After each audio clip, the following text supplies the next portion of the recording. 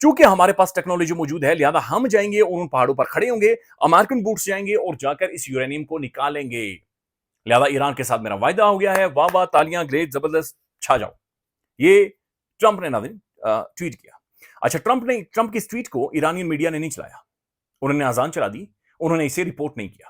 لیکن اب ایران نے آفیشیلی ناظرین ایک پوزیشن لی ہے، ان کی جو نیوز ایجنسی ہے انہوں نے کہا کہ بھائی ٹرمپ نے کچھ باتیں تو ٹھیک کی ہیں، لیکن یہ جو آپ کو کہانی بتا رہا ہے اس کہانی کے اندر جھول ہے، یا ٹرمپ شاید بھول گیا ہے، یا یہ شاید گجنی ہے، اسے ذہن میں نہیں رہا۔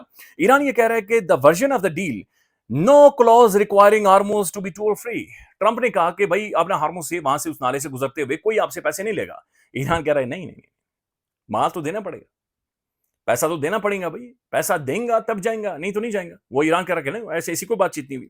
اچھا، پھر جو ٹرمپ نے کہا کہ امریکن بوٹس جائیں گے، چائنیز وہاں پر آئیں گے اور پہاڑوں کے نیچے سے ہم یورینیم نکالیں گے، ایران کہہ رہے نو یورینیم ڈسٹرکشن، یعنی کوئی یورینیم یا نہ تباہ کرنے دیں گے وہاں پر، نہ نکالنے دیں گے۔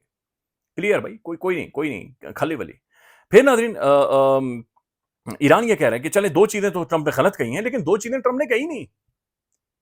جو ایران کہہ رہا ہے کہ اس ڈیل کا حصہ ہیں، دو چیزیں جو وہ ٹرمپ نے کہی ہی نہیں۔ پہلی چیز یہ ہے کہ ٹرمپ نے تو مینشن ہی نہیں کیا کہ بھائی کوئی بھی چیز، یعنی کوئی بھی ڈیل کے حوالے سے جو پہلا سٹیپ ہوگا اس سے پہلے 12 ارب ڈالر ایران کی انفریز کرنے پڑیں گے، 12 ارب ڈالر ہارڈ کیش ڈالر میں ناظرین دھمڑی کی صورت میں بکسے بھر بھر کے ایران کے حوالے کرنے پڑیں گے۔ اور دوسری بات وہ کہہ رہے ہیں کہ بھائی سیز فائر ان لبنان میں بھی سیز فائر، چونکہ لبنان میں ایران کی پراکسی بیٹھی ہوئی ہے نا، حزب اللہ، تو کہہ رہے لبنان میں بھی سیز فائر ہوگا، اس طرح سے نہیں۔ تو ٹرمپ وہ کہہ رہے ہیں کہ دو چیزیں غلط بتا رہا ہے، اور دو چیزیں جو بتائی نہیں اس نے وہ بھول گیا، گجنی بن گیا ہے، لہذا یہ ایران واضح کر رہا ہے۔ تو ڈفرنس نظر آ رہا ہے، لیکن بہرحال ٹرمپ نے یہ کہا کہ وہ بلاکیڈ ختم کرنے والا ہے۔ لیٹس سی یہ چیزیں کیسے برج ہوتی ہیں۔ پاکستان ایک بڑا اچھا رول پلے کر رہا ہے۔ اچھا، مارکو روبیو کے ساتھ ملاقات ہوئی ہے اسحاق ڈار صاحب کی، اور مارکو روبیو نے باقاعدہ سے شکر الحمدللہ پاکستان کی تعریفیں کی ہیں۔ وہ لکھتے ہیں کہ met deputy prime minister Ishaq Dar and Pakistan کے فارن منسٹر ڈار کے ساتھ ملاقات ہوئی، تو ان کے پاس بہت زیادہ سمدھی ہیں نا، تو ڈپٹی پرائم منسٹر بھی ہیں، فارن منسٹر بھی ہیں، پتہ نہیں وہ بھی ہیں، پتہ نہیں کیا ہیں۔ انہوں نے کہا کہ and thanked him for the role Pakistan continues to play in advancing the peace in the Middle East، کہ پاکستان نے بڑا اچھا رول پلے کیا ہے، پاکستان نے امن کروایا ہے، امن۔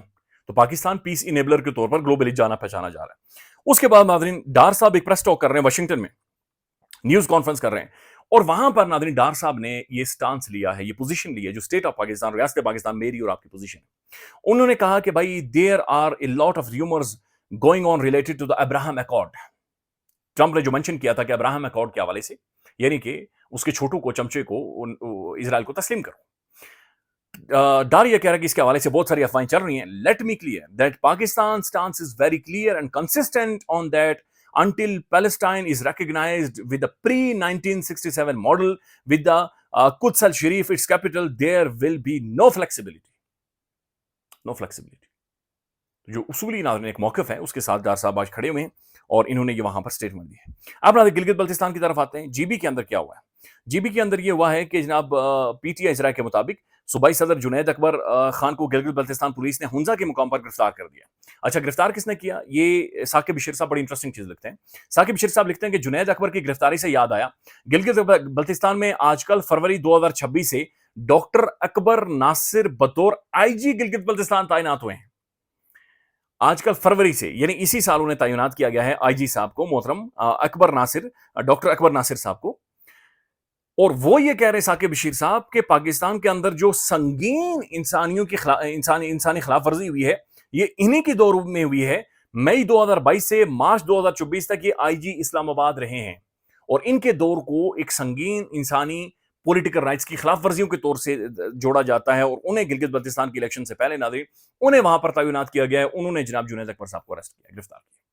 سہیل خان آفریدی نے اس کے اوپر بات کی ہے ناظرین، انہوں نے سخت ترین ٹویٹ کیا ہے۔ سہیل خان آفریدی نے یہ کہا ہے کہ بھائی ہمارے پارلیمنٹرینز کو 5 گھنٹے پہلے کہا تھا اگر جلد رہا نہیں کیا گیا تو گلگت بلتستان کی کٹ پتلی حکومت اور وہاں پر جعلی حکومت بنانے کے لیے سرگرم ہیں، ان سے اپنے پارلیمنٹرینز کے ساتھ ناروا سلوک کے بارے میں سوال کرنے وہاں پر خود جاؤں گا۔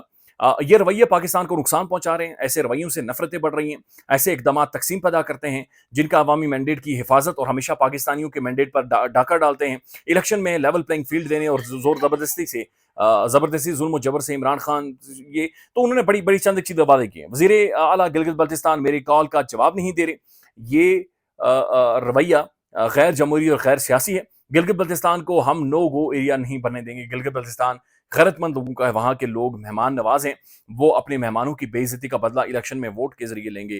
ناظرین مجھے صرف آپ ایک بات سمجھائیں کہ ایک عام شخص یا عام شہری کے پاس سب سے مہذب, تہذیب, پیسفل طریقہ ووٹ ڈالنے کے علاوہ اور کون سا ہو سکتا ہے کہ بندہ آئے اپنی پرچی کے اوپر ووٹ ڈالے.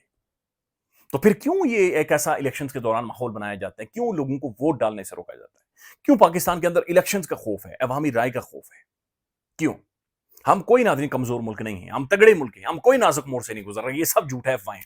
ہم ایک بڑے زبردست ملک ہے, 25 کروڑ آبادی والا یہ ملک ہے ناظرین. بڑے گریٹ زبردست قسم کے لوگ اس ملک کے اندر رہتے ہیں, سائنسدان اس ملک نے پروڈیوس کیے, گریٹ کرکٹرز پروڈیوس کیے, ہماری ڈرامہ انڈسٹری دیکھ لیں, ہمارے گلوکار دیکھ لیں, ہم ہمارے کھانے دیکھیں یا ہمارے کلچر دیکھ لیں, ہمارا لوکل میوزک دیکھ لیں, ہم بڑے زبردست قسم کے لوگ ہیں. تو پھر یہ کون ہے ناظرین جسے مسئلہ ہے انتخابات سے, الیکشن سے؟ کیوں آپ لوگوں کو ووٹ نہیں ڈالنے دے رہے, اور کیوں ایسا ماحول کریٹ ہوتا ہے ہمیشہ جب بھی الیکشن ہوتے ہیں, جب بھی پاکستان کے اندر الیکشن ہوتے ہیں؟ بڑے بڑے ترم خان آ جی پاکستان اندر کا ٹھیک الیکشن ہو ہی نہیں. بھائی یہ شرم کا مقام ہے, اسے شرمندہ ہو کر کہیں, سر جھکا کر کہیں کہ پاکستان کے اندر ٹھیک انتخابات نہیں ہوئے. اور اب یہ جو چیز ہے ناظرین, یہ سمجھ سے باہر ہے, انبلیویبل. ناظرین بہرحال آزاد کشمیر چلتے ہیں. اب یہ ناظرین آج بہت پریشان ایک کن دن ہے پورے کشمیر میں سوگ ہے, لوگ پریشان ہیں ناظرین, شدید ترین پریشان ہیں. یہ ضلع حویلی ہے, خورشید آباد تحصیل ہے ناظرین. وہاں کے 7 خوبصورت نوجوان, انتہائی خوبصورت, کڑگل تگڑے خوبصورت جوان ناظرین, یہ 7 دوست یار سنگی تھے آپس میں. یہ سب فیصلہ کرتے ہیں کہ یار ہم نا گھومنے پھرنے چلتے ہیں اور ایک آبشار کی طرف جاتے ہیں. لوڈر رکشا لے کر ناظرین, یہ چونکہ 7 تھے, زیادہ بندے تھے, تو یہ خوبصورت نوجوان ناظرین ہنستے کھیلتے اپنے گھروں میں بتا کر, دوستوں کو بتا کر ناظرین یہ آبشار کی طرف چلے جاتے ہیں ضلع حویلی میں, تحصیل خورشید آباد میں. اور پھر ناظرین شام کو یہ خبر آتی ہے کہ وہ جو لوڈر رکشا تھا ناظرین, اس کا ایکسیڈنٹ ہوا اور ساتوں کی ناظرین جانیں چلی گئی ہیں. اللہ تعالیٰ ان کی بخشش کرے, لواحقین کے لیے ناظرین اللہ تعالیٰ صبر کی انہیں توفیق دے. لیکن اس واقعے نے کوہرام مچا دیا, اس واقعے نے ناظرین پوری جو حویلی ہے انہیں ہلا کر رکھ دیا. ایک تو اوبیسلی ہماری سڑکیں ٹھیک نہیں ہیں, دوسری بات ہے لوڈر رکشا پتہ نہیں کیا اس کے حالات تھے, لیکن ناظرین بڑے خوبصورت قابل جوان تھے, سرمایہ تھے اس قوم کا, اپنے گھروں کا, بازاروں کی رونقیں تھی, محلے کی رونق تھے, وہ گھروں کی رونق تھے. لیکن it's very very sad, very very sad جو وہاں سے خبریں آ رہی ہیں. پھر ناظرین کچھ اور خبریں آ رہی ہیں کہ جناب بہت سارے لوگ تیرنے کے لیے گئے, کوئی نہر کے اندر ناظرین اس کی ڈوب کر جان چلی گئی, کوئی کسی تالاب کے اندر اس کی ڈوب کر جان چلی گئی. برائے مہربانی گرمی زیادہ ہے یار, احتیاط کرو. نہیں ضرورت پہاڑوں پر یا بہت خطرناک سڑکوں پر جانے کی, نہیں ضرورت کسی نہر میں چھلانگ لگا کر کلابادیاں کھانے کی, ڈبکیاں کھانے کی یا تیرنے کی. سیفٹی, حفاظت کو یقینی بنائیں, آپ کی زندگی بڑی امپورٹنٹ ہے. خیال رکھیے گا ناظرین, اللہ حافظ.